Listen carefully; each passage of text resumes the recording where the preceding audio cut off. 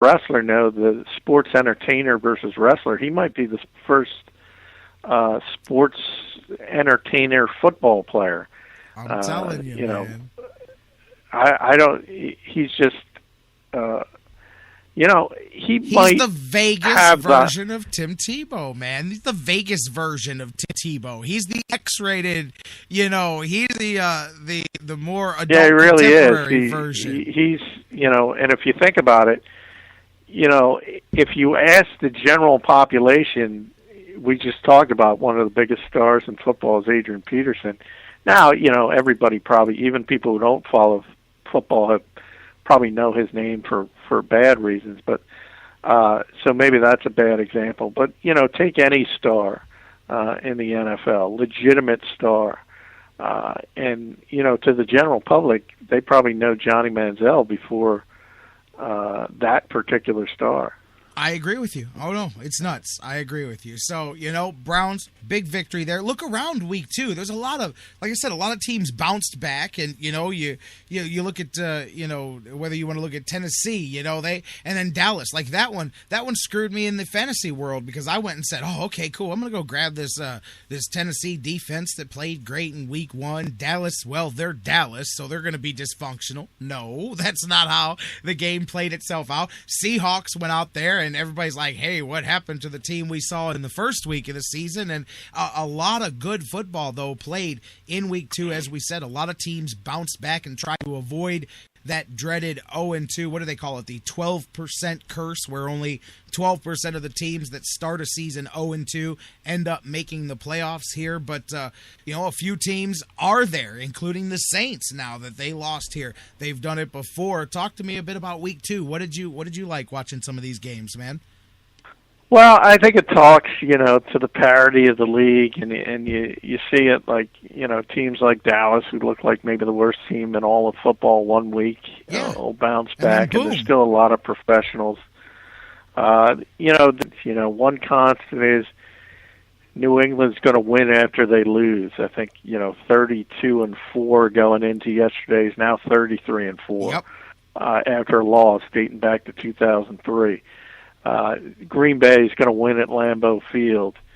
29-2 now with Aaron Rodgers as the starting quarterback in their last 31 at Lambeau Field. Seattle's a different team on the road. New Orleans is a different team on the road. You talked about that 0-2 curse. The Saints are the one team which I wouldn't, they're 0-2, but they haven't played in the Superdome yet. They're probably going to go 8-0 there. And the hope was that they would get their head above water on the road. That's going to be much more difficult now. But they're still going to be a very good team. In Seattle, they'll be back in this week, so they're going to start looking Seahawks, real good man. again. Broncos and Seahawks is coming up looming. That's going to be a good one there, of course. But, like you said, looking around. Oh, by the way, how about, I was joking when I said fumbling twice in one play like the NFL. How about that, man? Have you ever seen that before at any level of sports? To catch the completion, fumble the ball, go out of bounds, get back in bounds, pick up the fumble, and then fumble it again. You end up with a 1 reception, 26 yards, 1 fumble recovery, 1 fumble return, and 1 lost fumble, all on the same play. Yeah, and that sums up, you talk about things that sum up, that sums up the Raiders. There's another constant I should have mentioned. Through it all, anybody, on any given Sunday is the old cliche. And maybe it should be on any given Sunday unless you're playing the Raiders, because no matter what they do. Dennis Allen better get on LinkedIn because he's not going to be employed for much longer because I don't care. I don't care what match. How bad he looked in the preseason. He should be starting at the quarterback for the Oakland Raiders. Not to say he's any great shakes, but Derek Carr is just not ready to play at the NFL level. Oh man, the Raiders, man. I'll tell you what, and interesting just talking about some of this. John McMullen from the Sports Network, of course, talking some NFL with us here on the Sports Fix, and yeah, man, interesting. Early on, I think one of the other things that I wanted to ask you about, and it just kept coming all the way through the late game, the injuries throughout the league in the course of these games here, not even just coming into the games, but people have been joking and sending us messages all morning about, oh, my fantasy team went to hell because this guy, that guy, this guy. But, man, have you remember a Sunday in recent history where as many notable key star players were injured in the same day?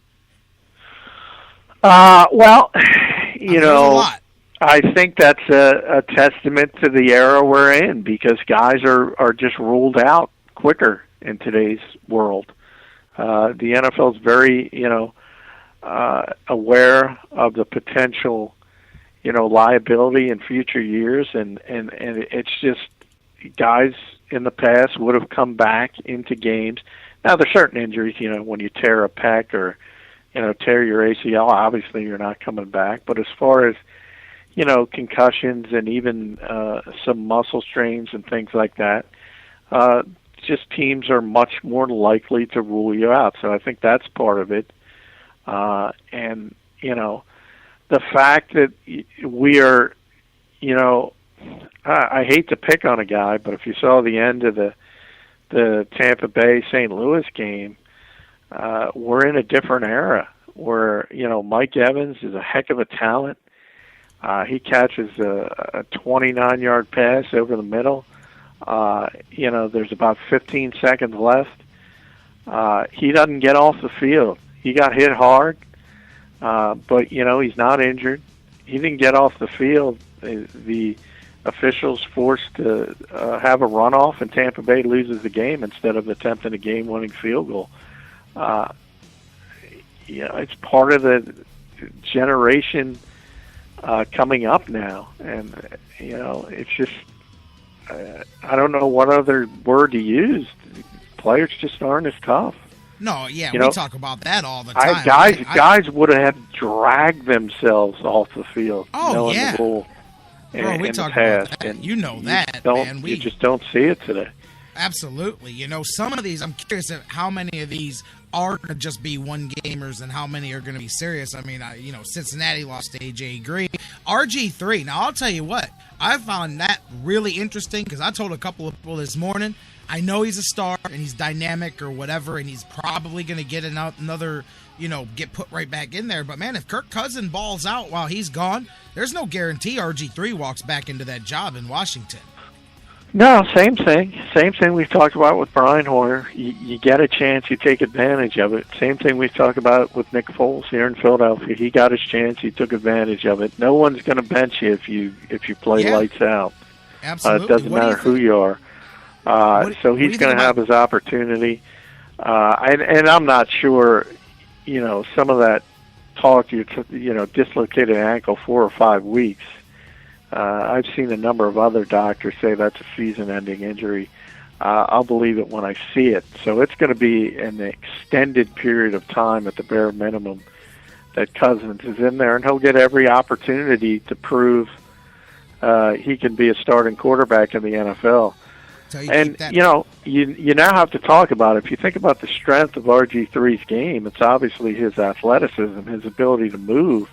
And we're talking now about a guy who's had 2 torn ACLs dating back to college, torn LCL, and now a dislocated ankle. So when the legs start to go, there's no guarantee he's ever going to be the player he was when he was a rookie. You guys still want to hang the Browns up? I know they've made a lot of mistakes over the years, but not trading the farm to get up and get RG3 is one that I will never hold them responsible for. When that was going on, I said, man, that you don't do that. But now that's one of the reasons is what we're seeing there. And I'll tell you, man, just looking up and down at all of them, man. I mean, by the way, the other Redskin key that was injured there, Deshaun Jackson, I don't know if you've got any similar to Jordan Cameron's there with the AC joint. And we know Cameron ended up missing a game.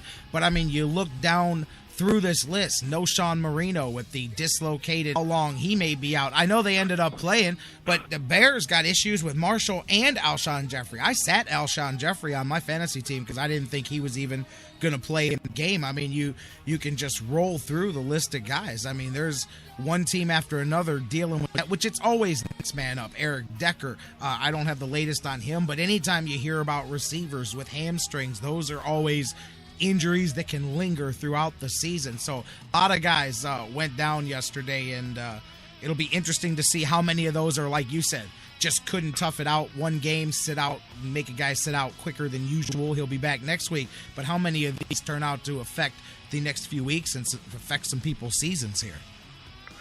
Yeah, and obviously, as I said, Walter Thurman, for one, he tore his pec. He's out for the most likely the season. As I said, RG3, that's going to be a significant injury. Best case scenario, with absolutely best, would be 5-6 weeks. I think that might be a season-ending injury. No Sean Moreno, dislocated elbows, it sounds horrific, but you tend to be able to get back in probably 4 to 6 weeks in that. So he'll be back on the field at some point. But, anytime you talk about receivers, and you saw it last night with the Bears, but those guys are so big and strong. Once they did get into the red zone, it's not about a speed game anymore. It's just throw it up and let them catch it. And the 49ers couldn't do anything about that. And as we say, injury creates opportunity. It's always next man up. We've seen that here in Cleveland. Ben Tate goes down. West and Crowell step up. Cameron goes down. Gary Barnage, Jim Dre do a solid job of filling in his role. And really, that's key. It's next man up because the league doesn't wait around for you. Nobody's sitting around going, hey, let's take it easy on Washington next week. Let's take it easy on Cleveland next week. You got to step up and do it. But I'm really intrigued over there in Washington because I always said I liked Kirk Cousins. That was somebody I was interested in the Browns taking a few years ago in the draft in the middle rounds there. And I said, man, he reminds me a lot of a pre-injured Colt McCoy. I thought that they had a similar skill set. I thought Kirk Cousins was a little higher version, perhaps a higher ceiling of what Colt McCoy was. But regardless, I thought they were very comparable athletes. So I used to point to him as an example of a guy like that can be successful. I want to see him get his chance. I'm curious for, like you say, if we're looking at least an extended 4 to 6 weeks, maybe an entire season audition, see if he can step in there and run that team. Yeah, and things everybody knows. The backup quarterbacks is sometimes the most popular player on the team, always, especially when you're not doing well. And you can bet he's going to have some hiccups now that he's going to have to play consistently. But I like it. Do you like Cousins? People are going to get a lot more film on him and things like that. But, I think Jay Gruden will be a lot more comfortable calling a game with Kirk Cousins than he was with RG3. And that'll be part of it too, because, I think they'll rely more on the running game, which is very, very good. And they have some good skill position people, because I know Deshaun Jackson hopes to play this week because they're coming back to Philadelphia. I don't know if he will, but it's not going to be a real long-term injury, so he'll be back at some point. And, Pierre Garçon, Jordan Reed, you talk about all the weapons they have. He's going to have every opportunity to, if not be the future in Washington, prove he could be a starter somewhere else. Last question. I'm just going to put you on the spot because I don't talk to you until after the game. Browns now 1-1. They surprised a lot of folks around the country here with their victory over the Saints. Meanwhile, that Ravens team is looking strong coming to Cleveland here. What do you think? Can the Browns match up here? I think it's going to be an AFC North type game. A lot of hitting and running and defense. And what kind of game have what it takes to beat the Ravens? Well, I can't pick the Browns yet in a game like that. They got to prove a little bit more, and obviously the Ravens have a much more extensive resume, and the success with John Harbaugh and Joe Flacco. You're right, it's going to be a physical game. You're always playing a physical game when you're playing the Ravens. And I was very impressed. I didn't think they would, with all the issues surrounding Ray Rice and potential focus issues, they really just ran over Pittsburgh, and those games are almost always close. Yeah. So they showed me a lot on Thursday night, and before the season I predicted them to win the division, be back on top. Although Cincinnati's looking very, very strong early in the season. Yeah, they are. I'll say this: there's more hope I would have thought for the Browns at this point of the season